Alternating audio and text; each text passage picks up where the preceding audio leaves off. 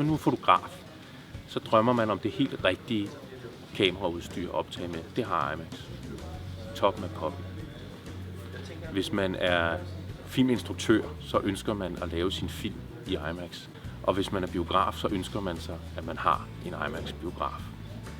Og det er så hele pakken, det her. Fordi det er både en IMAX-biograf, men det er også IMAX-film, der bliver vist. Og hvis vi starter med, hvad er en IMAX-biograf, så er der tænkt på alt hele vejen rundt. Selv sædet, jeg sidder her i, er særligt certificeret til IMAX. Det er laser-aligned sound-system, som er her omme bag ved os. Projektorerne. Der er 2 projektorer til at vise IMAX-film, modsat normalt kun 1. Det giver 60% mere lys, 40% mere kontrast end noget som helst andet projektorsystem på markedet.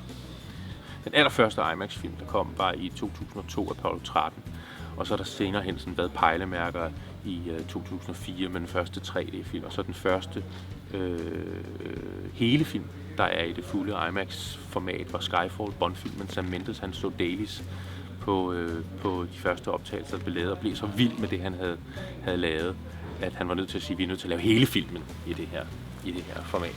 Den første film, vi kommer til at se i det fulde højde af nyere film, er jo så J.J. Abrams episode 7 af Star Wars. Og så er det den næste Batman vs. Superman, og Captain America Civil War og Star Wars Standalone. Det er de 4 film, vi faktisk på nuværende tidspunkt benytter den højde. Lærredet her i vores sal er over 250 kvadratmeter. Det er Nordens største lærred. Det er klart, det kan ses, når man kommer ind i salen, at det er enormt. Det er virkelig, virkelig fedt med et stort lærred.